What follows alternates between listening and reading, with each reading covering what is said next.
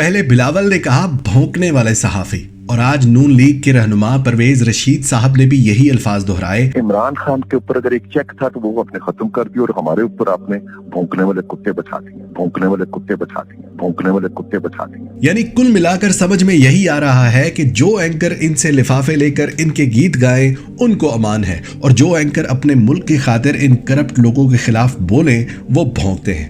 चले सबसे पहले जो कॉल लीक हुई है मरियम साहिबा और परवेज रशीद साहब की वो सुनते हैं। बात आपने उनसे जरूर करनी है। जी अंकल। एक उनका प्रोग्राम होता है स्कोर कार्ड। जी अंकल।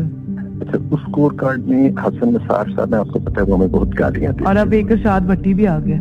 एक इरशाद भट्टी इन्होंने ऐड कर लिया, वो भी आपको मालूम है कि बहुत ही घटिया गुफ्तगू। हाँ जी, हाँ जी। मजहर अब्बास साहब जो हैं वो उनकी गुफ्तगू में भी टिल्ट हमारे खिलाफ ही होता है, तंज भी होता है, मजाक भी होता है, बाज़ दफा बातों को स्पिन भी करके थोड़ा सा हमारा मजाक। बिल्कुल बिल्कुल। तो मैं बल्कि आपसे मेरी दरखास्त ये होगी कि इससे भी करें बात आप, और आप मीर शकील साहब से भी करें। पहले मैं इससे अंदर की खबर तो पूछूं ना। उसमें अगर इतना इम्बैलेंस प्रोग्राम हो जाएगा, हाँ जी, और इमरान खान के ऊपर अगर एक चेक था तो वो आपने खत्म कर दिया और हमारे ऊपर आपने भौंकने वाले कुत्ते बैठा दिए। बिल्कुल। और अंकल ये तो बिल्कुल ही ये एक बायसनेस है ना। जी हाँ, तो ये जरूर मैं जरूर आप जो 2 बास्केट्स आई हैं ना जो अब्बू जान लाए हैं अजरबैजान से, ये जो रात को कायनात ने पैक की हैं, एक नुसरत जावेद को भेजनी, एक राना जवाद को भेजनी। अब आप अंदाजा लगाएं कि इसी मुल्क की फौज और इदारों के खिलाफ मवाद नशर करने वाले चैनल के मालिक को जेब में रखा हुआ है। इसका मतलब समझने की कोशिश करो पाकिस्तानियों, ये वो वाहिद चैनल है जिसने पाकिस्तानी होने का दावा किया लेकिन हमेशा पाकिस्तान मुखालिफ मवाद दिखाए, हमेशा हिंदुस्तानी एड्स दिखाए, हमेशा बेहयाई पर मबनी ड्रामे दिखाए, और हमेशा हमारे इदारों और पाक फौज के खिलाफ बकवासियात चलाएं।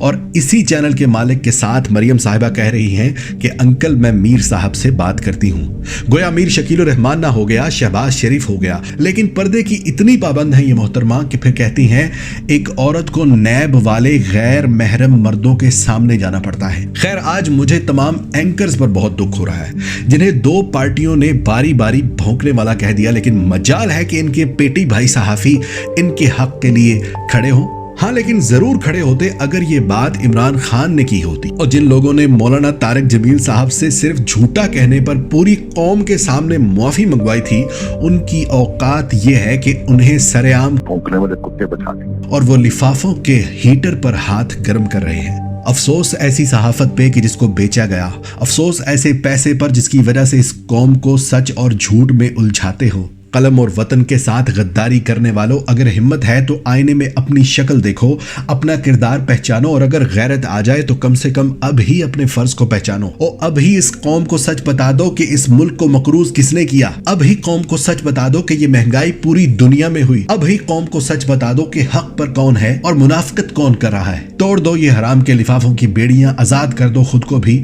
और इस मुल्क की सहाफत को भी, वरना दुनिया में तो तुम्हारी औकात इन लोगों ने तुम्हें बता दी है। रोज़े महशर मौलाना जफर अली खान जैसे सच्चे बहादुर वतन परस्त सहाफियों की कुर्बानियों को तोलते हुए अल्लाह तुम्हारे साथ क्या सलूक करेगा, कभी सोच कर देखना। मेरा वतन पाकिस्तान हमेशा जिंदाबाद।